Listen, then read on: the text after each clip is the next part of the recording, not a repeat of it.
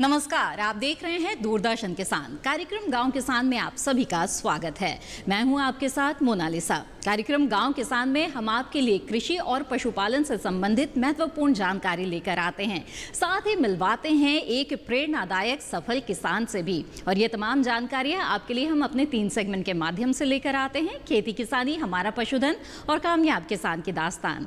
तो आइए शुरू करते हैं आज का ये कार्यक्रम। आइए कार्यक्रम की शुरुआत करते हैं अपने पहले सेगमेंट खेती किसानी से। कोरोना संक्रमण के इस काल में जबकि कोई भी क्षेत्र इससे अछूता नहीं है और देश के अर्थव्यवस्था पर भी इसका प्रभाव देखा जा सकता है, ऐसे में कृषि के क्षेत्र में किस तरह क्षेत्र फलता फूलता रह सकता है और देश की अर्थव्यवस्था में भी अपनी महत्वपूर्ण भूमिका अदा कर सकता है, इन तमाम विषयों के बारे में हमें महत्वपूर्ण जानकारी दी कृषि आयुक्त डॉक्टर SK मल्होत्रा ने। आत्मनिर्भर भारत अभियान से जैसे नाम से ही बिल्कुल क्लियर है कि हम आत्मनिर्भर कैसे हों, तो आत्मनिर्भर कृषि का भी होना आवश्यक है। वैसे तो हम लोग सेल्फ सफिशिएंट है, बहुत सारी खाद्यान्न फसलों की बात कहोगे तो चाहे आप गेहूं की बात करिए, चाहे चावल की बात करें, चाहे मक्का की बात करें या आप दलहनी फसलों की बात करें, तो हम इन सब के मामले में अगर आप देखेंगे तो जितना हमारे यहाँ उत्पादन होता है वो हमारे लिए जो पूरी हमारी आपूर्ति करता है, जितनी भी मांग है हमारी। तो चाहे आप देखेंगे कि अब जैसे 95 मिलियन टन का जो हमारे खाद्यान्न का उत्पादन हुआ है और जो हमारी मांग से अधिक है एक तरह से, इसीलिए अधिक है तो हम लोग जैसे चावल हमारा अधिक उत्पादन होता है तो हम चावल को एक्सपोर्ट भी करते हैं। तो आत्मनिर्भरता की जहाँ जरूरत पड़े है, जहाँ पर आत्मनिर्भरता की जरूरत है, जैसे कि तिलहनी फसलें, आप देखोगे कि हम खाद्य तेल जो है करीब 70 दूसरे देशों से मंगाना पड़ता है क्योंकि हमारे यहाँ कमी है। और जो खाद्य तेल है वो जो है इसका उत्पादन जो है आप देखेंगे कि वो कम है, तो उसका उत्पादन हमें कैसे बढ़ाना है जिससे कि हमारी जो पूर्ति है वो हो सके और हम अपना ही उत्पादन स्वयं करें। तो इसके लिए एक national mission for edible oil शुरू किया है, नया मिशन जिसकी शुरुआत हो गई है और इस मिशन के तहत जो है हम अपना उत्पादन बढ़ाएंगे। जैसे कि 25 मिलियन टन हमारे खाद्य तेलों की ज़रूरत पड़ती है, 14 मिलियन टन हम 14.5 के लगभग बाहर से मंगाते हैं, बाकी 10.5 के आसपास जो है उत्पादन हमारा खुद होता है। तो हम अपना उत्पादन ज़्यादा बढ़ाएं, इसके लिए जितने भी हमारे प्राइमरी सोर्स हैं उसको बढ़ावा दिया जा रहा है, जिसमें आप देखेंगे कि जो मुख्य रूप से जो है 3 मुख्य फसलें, वैसे तो 7 फसलें हैं, 7 में से 3 मुख्य हैं जिनका जो है उत्पादन अधिक क्षेत्र में होता है, जैसे कि सरसों है, इसके बाद सोयाबीन है और मूंगफली है। ये 3 फसलों का जो क्षेत्र है अधिक है। बाकी फिर कुछ और भी फसलें हैं तिलहनी वाली जिनको भी बढ़ावा दिया जा रहा है, जिसमें आप देखेंगे सनफ्लावर आता है, सैफ्लावर आता है, साथ साथ में जो नाइजर की खेती है और लिनसीड है। तो ये सब फसलें कुछ हैं जिनकी खेती जो की जाती है। तो हम आत्मनिर्भरता की तरफ कदम उठाने के लिए ये मिशन चलाया है। इसके अलावा कुछ ऐसे फल हैं जो दूसरे देशों से आते हैं, जैसे आप देखेंगे कि सेब का भी एग्जाम्पल है।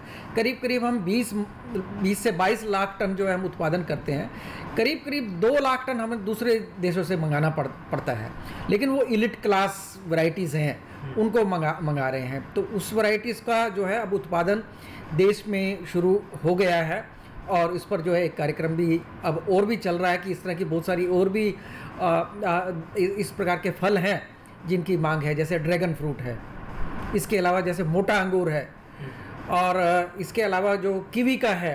तो इस तरह के जो कुछ फल हैं उनको जो है हम अपना उत्पादन क्षमता जो है अपनी बढ़ाना चाहते हैं, इसलिए नेशनल हॉर्टिकल्चर मिशन के तहत उसको बढ़ावा दिया जा रहा है। और इन सभी किस्मों का जो प्लांटिंग मटेरियल है, जो पौध सामग्री है, वो भी जो है उपलब्ध कराई जा रही है। तो ये एक आत्मनिर्भरता की तरफ एक कदम है। और इसी तरह से जैसे कि हम पल्सेस की बात है, पहले एक टाइम था जब हम पल्सेस बाहर से मंगाना पड़ता था, अब हमारा उत्पादन बढ़ गया, तो वो उत्पादन बढ़ा तो हमारे किसानों को योगदान जाता है, हमारे वैज्ञानिकों को योगदान जाता है और हमारे मैं ये कहूँगा कि जितनी हमारी देश की स्कीम है नेशनल फूड सिक्योरिटी मिशन, उसको भी उसके तरफ से भी योगदान ये है कि उसका फ़ायदा राज्य सरकारों ने उठाया और उसके माध्यम से जो है उत्पादन बढ़ा और आज हम पल्सेस के क्षेत्र में आत्मनिर्भर हैं।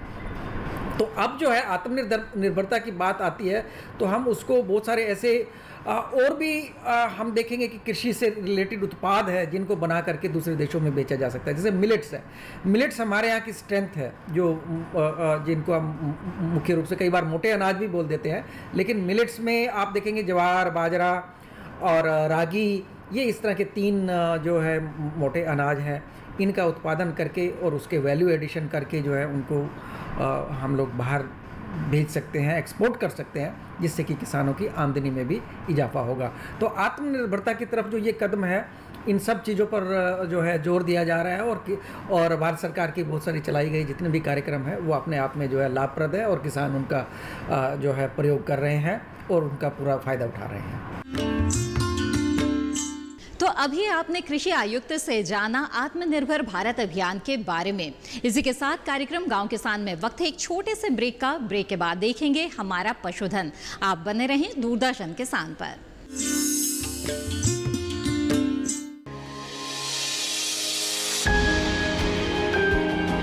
सहेजे कण कण को, सुंदर दे रूप रंग आकार,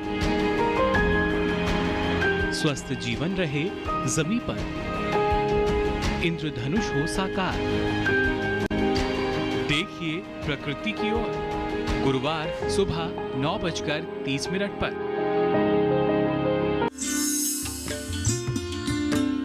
ब्रेक के बाद आप सभी का फिर से स्वागत है। आप देख रहे हैं कार्यक्रम गांव किसान और अब बारी है हमारे अगले सेगमेंट हमारा पशुधन की, जिसमें आज हम बात करेंगे गौपालन के बारे में। जी हाँ, खेती के साथ साथ अगर पशुपालन को भी आप अपनाते हैं तो आत्मनिर्भरता की ओर आप तेजी से आगे बढ़ सकते हैं। और आत्मनिर्भर भारत अभियान जिस तरह से चलाया जा रहा है उसमें कृषि और संबंधित क्षेत्रों के कई आयामों को जोड़ा जा रहा है ताकि आप भी उनसे जुड़ सके और आप अपनी आमदनी को बढ़ा सके। और इसी कड़ी में आज हम जानेंगे गोपालन के बारे में, किस तरह से गोपालन को अपनाकर आप आत्मनिर्भर बन सकते हैं। इसके लिए आपको किन बातों का ध्यान रखना चाहिए, गायों का किस तरह से देखभाल करना चाहिए और किस तरह से देखरेख करनी है। तो आइए देखते हैं हमारा पशुधन। गाय पालन का काम हमने 1996 से शुरू किया है। लगभग 22 साल से ज़्यादा हो गए हैं। मेरे पिताजी ने शुरू किया था और उस समय मैं उनका सहायक था। अभी मेरे बच्चे भी मेरे साथ काम कर रहे हैं। पिताजी का आशीर्वाद भी है, पिताजी भी देखभाल करते हैं और मेरे बच्चे और मेरे भाई भी मुझे सहयोग करते हैं। मेरी पत्नी भी मुझे सहयोग करती है। अभी मेरे पास जो है ये छोटी गौशाला है, इसके अंदर गिर नस्ल की गाय है, थारपारकर है, साहिवाल है, हरियाणा नस्ल है, सिंधी नस्ल है। ये जो थार का आजकल थार का एक हिस्सा पाकिस्तान के अंदर चला गया है, तो वहाँ की नस्ल है। राजस्थान की मूलत, अब तो इसको राजस्थान की नस्ल बोलते हैं। बहुत अच्छी नस्ल है। ये नस्ल है जो भारत की क्या विश्व की नंबर 1 नस्ल है। ये गिर नस्ल है और विश्व में सर्वाधिक दूध का रिकॉर्ड गिर का 120 लीटर जो ब्राज़ील के अंदर है, वो भारत से ही वो लोग लेके गए और उन्होंने नस्ल सुधार करके 120 लीटर दूध उत्पादन उन्होंने कर लिया है, जो कि विश्व में अद्वितीय है। कुछ लोग हॉस्टन फ्रीजन को मानते हैं कि वो ज़्यादा दूध देती है, नहीं। नंबर 1 का जो रिकॉर्ड है 120 लीटर का, वो गिर का है। ये साहिवाल नस्ल है। ये पंजाब की 1 नंबर की नस्ल कही जाती है भारतीय नस्ल में, देसी गाय में। ये साहिवाल का जो दूध है बहुत अच्छा होता है, गाढ़ा दूध है और गिर के बाद इसी का स्थान आता है।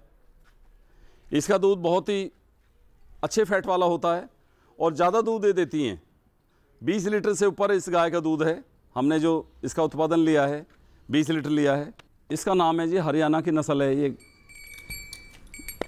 और इसको हिसार नस्ल बोलते हैं और नंबर 1 है हरियाणा के अंदर। हरियाणा में जो सबसे ज़्यादा दूध देने वाली नस्ल है इसको हम हिसार नस्ल कहते हैं और बहुत ही अच्छी इसकी रोग प्रतिरोधक क्षमता है। दूध भी ये 15 लीटर से ज़्यादा देती है। अब सर्दी के मौसम में इनका विशेष ध्यान रखते हैं, जैसे कि अब धूप निकली हुई है तो दिन में इनको धूप में रखते हैं। सुबह से ये धूप में रहेंगी और रात के समय इनको मकान के अंदर रखते हैं और मकान में पूरा इनका नीचे से फर्श को सूखा रखते हैं बिल्कुल। उसमें पत्ते वगैरह थोड़ा तूड़ा वगैरह डाल के रखते हैं। एक किस्म से उनका बेड बना देते हैं जो उनको सर्दी ना लगे। एक समय में इसको बाजरा का दलिया देते हैं, वो खाली बाजरा होता है, ये रात के समय देते हैं।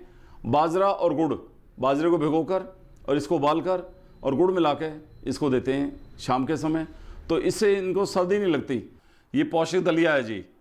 इसमें मैंने खनिज लवण मिला रखे हैं, मिनरल मिक्सचर होते हैं वो भी इसके अंदर मिक्स है। इसमें इस दलिया के अंदर गेहूं है, जौ है और मक्का है, बिनौला है और रागी भी इसके अंदर है, गवार है और इसमें गुड़ इसमें उबाल के हम डालते हैं। जब इसको उबाल लेते हैं फिर गुड़ डालते हैं, तो इसे खाने से गाय की बहुत पौष्टिकता रहती है, दूध बढ़ता है, तो इसलिए ये इसको हम दोनों समय खिलाते हैं। ये जो मेरे हाथ में है ये खल है, इसको ये खल बिनौला और सरसों की खल है, तो इसको हम भिगो के खिलाते हैं और इसमें साथ में छिलका मिला देते हैं। छिलका बहुत पौष्टिक होता है, जैसे हमें फाइबर की ज़रूरत होती है इस तरह गाय के लिए फाइबर की ज़रूरत होती है, तो ये भरपूर स्रोत है छिलका जो फाइबर का। तो ये छिलके के साथ हम भिगो के इसको बांट बोलते हैं इसको हम, तो ये भी हम इसको खिलाते हैं। ये गुड़ कैल्शियम का भरपूर स्रोत है और गुड़ को हम गाय को रोटी के साथ देते हैं सुबह 10-11 बजे और फिर इसको दलिया में मिक्स करके देते हैं। गरम दलिया होता है, उबला हुआ दलिया होता है, उसमें मिक्स करके देते हैं। और रात के समय इसको हम, जैसे हम खाना खाने के बाद दूध पीते हैं, तो गाय को भी हम इसका मिक्सचर बनाते हैं और गर्म पानी में गुड़ को उबालकर, थोड़ी मेथी डालकर, थोड़ा काला नमक डालकर, थोड़ी अजवाइन डाल के, वो बहुत सारी उसमें मिक्सचर और मिनरल बन जाती हैं, बहुत पौष्टिक होता है। तो रात को जैसे 8-9 बजे के आसपास जैसे हम दूध लेते हैं सोते टाइम, तो इनके लिए भी एक पौष्टिक आहार पेय होता है, ये हम देते हैं। और मौसम के अनुसार जैसे हम खाना खाते हैं तो इनका खाना भी मौसम के अनुसार बदल जाता है और हम मौसम के हिसाब से इनका पूरा ध्यान रखते हैं। बाजरा है, गुड़ है, गाजर है, चुकंदर है, हरा चारा भी मौसम के हिसाब से हम देते हैं। ये सर्दी का मौसम है तो इसमें बरसिम है, जौ है, जई है और बहुत सारी चीज़ें इसमें मिक्सचर है, वो मिक्सचर हम बना के देते हैं। तो इसको खाने से इनके तमाम तरह के जो मिनरल हैं, विटामिन हैं, उसकी पूर्ति हो जाती है। इसके अलावा मिनरल मिक्सचर भी इनको 50 ग्राम हम रोज़ देते हैं, एक समय में खांड के अंदर मिक्स करके देते हैं, तो उससे भी इनको किसी तरह की भी डेफिशिएंसी जो बॉडी में होती है वो नहीं होती है। पशुओं से अधिक उत्पादन प्राप्त करने के लिए जरूरी है मौसम के अनुसार उचित पशु प्रबंधन। तो आइए देखते हैं क्या कहता है इस माह का पशुपालक कैलेंडर।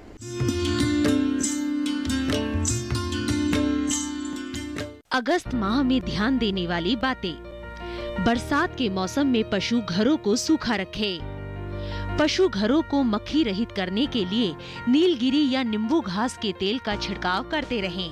पशुओं को खनिज मिश्रण 30 से 40 ग्राम प्रतिदिन दें, जिससे पशु की दूध उत्पादन और शारीरिक क्षमता बनी रहे। पशुओं को बाह्य परजीवी से बचाने के लिए पशु चिकित्सक से परामर्श अवश्य दिलवाएं। पशुशाला में फर्श और दीवार आदि साफ रखें। तुलसी या नींबू घास का गुलदस्ता भी पशुशाला को स्वच्छ बनाए रखने में मददगार होता है।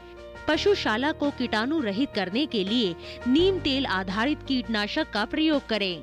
पशुओं को अत्यधिक तापक्रम एवं धूप से बचाने का उपाय करें। मुंह पका खुरपका रोग, गलघोटू रोग, ठप्पा रोग और फड़किया रोग आदि के टीके नहीं लगवाए हैं तो कृपया अभी टीके लगवा लें।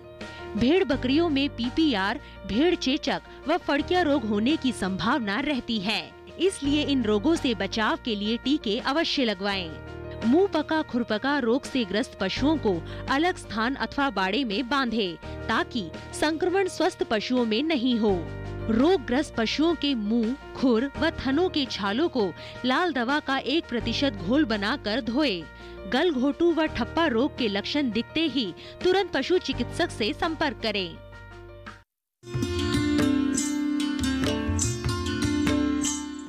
इसी के साथ कार्यक्रम गांव किसान में वक्त है एक और छोटे से ब्रेक का। ब्रेक के बाद देखेंगे कामयाब किसान की दास्तान। आप बने रहें दूरदर्शन किसान पर।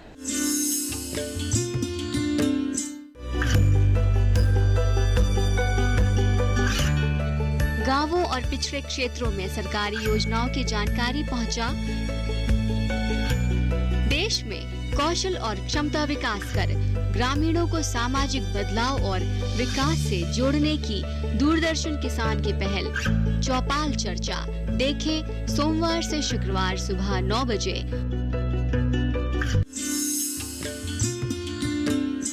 ब्रेक के बाद आप सभी का फिर से स्वागत है। आप देख रहे हैं कार्यक्रम गांव किसान और आइए अब देखते हैं कामयाब किसान की दास्तान। जी हां, आज के इस सेगमेंट में हम आपको मिलवाने जा रहे हैं पंजाब के एक सफल किसान भाई परमजीत सिंह से।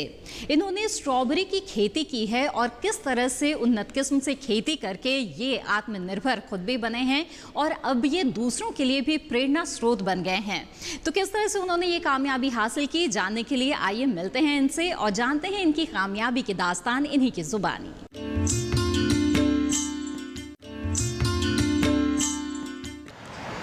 हिमाचल से लगा हुआ पंजाब का एक खूबसूरत जिला रोपड़। शहर की आपाधापी से दूर हर रोज का है ये दिलकश नजारा और इसी नजारे से होते हुए हम पहुंचते हैं रोपड़ के ही एक गांव नांगल, जहां की दो खास चीजें इस गांव का नाम रोशन कर रही हैं। पहली, यहां पैदा होने वाली स्ट्रॉबेरी और दूसरे, उसे उगाने वाले परमजीत सिंह। परमजीत सिंह अपने खेतों में कई तरह के स्ट्रॉबेरी के साथ साथ दूसरे तरह के फल भी बड़े पैमाने पर उगा रहे हैं और अच्छा मुनाफा कमा रहे हैं। पिछले 5 साल से मैं स्ट्रॉबेरी की फार्मिंग करता आ रहा हूँ। मैंने 1 एकड़ होती है उसमें से चौथा हिस्सा हमने पहले लगाया था। तो धीरे धीरे करते करते पिछले साल हमारी 5 से 6 एकड़ थी, तो इस बार हमने 10 से 11 एकड़ हमारी जो स्ट्रॉबेरी की काश्त है वो हम कर रहे हैं। स्ट्रॉबेरी की खेती ठंड के शुरुआती दिनों से शुरू होकर ठंड के आखिरी दिनों तक चलती है। गर्मियों में इसे नहीं उगाया जाता है। इसकी लुवाई होती है जी 10वें महीने में, अक्टूबर में, और फल देना शुरू कर देता है जी जनवरी के लास्ट में, फरवरी में, और 3 महीने इसका फल चलता है जी। टोटल इसकी जो पूरे संसार में वैरायटीज हैं वो तो 7 और 8 के करीब हैं। जो इंडिया में कामयाब वैरायटी हैं वो है कैमरोज है जी, और एसए है जी जो अर्ली वैरायटी है, नई है, और विंटर डॉन और विंटर स्टार। डिमांड सभी की एक है, लेकिन मार्केट में भाव तकरीबन 10-20 रुपए का 2 किलो का डब्बा रहता है, उसमें 8 डिब्बी छोटी रहती हैं, 10-20 रुपए का फर्क रहता है। लेकिन उसकी स्टोरेज क्षमता है जो विंटर डॉन और विंटर स्टार बहुत ज़्यादा कम है। जो कैमरोज है या एसए है उसकी जो स्टोरेज क्षमता है वो तकरीबन 1 से लेके 5-6 दिन तक रहती है। परमजीत का हॉर्टिकल्चर डिपार्टमेंट के साथ एक रिश्ता सा बन गया है। परमजीत को उनके मुश्किल दिनों में हॉर्टिकल्चर डिपार्टमेंट से कई तरह की मदद मिली, जिससे उनकी खेती को काफी फायदा हुआ है। 5 साल से जैसे मैं इनको देख रहा हूँ, इन्होंने ½ एकड़ से स्टार्ट किया था काम। उसके बहुत सी प्रॉब्लम आई। सबसे ज़्यादा प्रॉब्लम जो है मार्केटिंग की आई दिक्कत, उसके बाद लेबर की बहुत प्रॉब्लम आई। ये इनकी फैमिली का और इनके जो गांव का वो सारा कोऑपरेटिव सिस्टम रहा, उनका साथ रहा है, उसकी वजह से जो ये हैं आज इस पोजीशन पे पहुंचे हैं।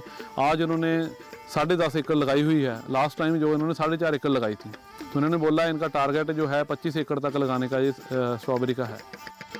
आज हॉर्टिकल्चर डिपार्टमेंट परमजीत की मदद से दूसरे किसानों तक पहुंचकर उन्हें भी कृषि से संबंधित हर तरह की जानकारी और दूसरी मदद उपलब्ध करा रहा है। 2015 से मैं इनके टच में आया हूँ, तब से मैं लेके आज तक इनको जो हमारा हॉर्टिकल्चर का एक्टिविटीज़ हैं वो सारी इनको बुलाते हैं, जैसे कैंप लगाते हैं इनके गांव में, जैसे ये हमारी बहुत हेल्प करते हैं। और गांव के जो फार्मर्स हैं उनको इस हॉर्टिकल्चर के लिए डाइवर्सिफिकेशन, एग्रीकल्चर में डाइवर्सिफिकेशन लाने के लिए ये उनको उत्साहित कर रहे हैं इस टाइम। और हमारे साथ हर साल 1-2 फार्मर इनकी वजह से हमारे साथ जुड़ते आ रहे हैं। परमजीत की सफलता देखकर गांव के कई किसान पारंपरिक खेती से हटकर स्ट्रॉबेरी और दूसरी नई तरह की सब्जियां और फलों की खेती कर रहे हैं।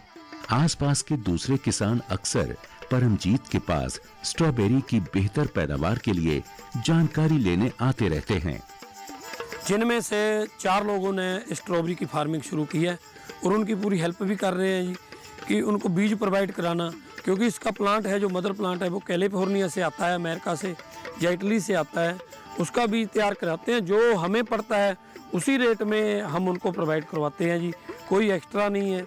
जो हमें लागत पड़ती है वही लागत में उनको दिया जाता है और उनकी मार्केटिंग में भी सहायता की जाती है ताकि उनको कोई परेशानी नहीं है। स्ट्रॉबेरी की फसल पूरी तैयार होने के बाद परमजीत खुद ही उसे बाजार में ले जाने के लिए उसकी अच्छी तरह से पैकिंग करते हैं।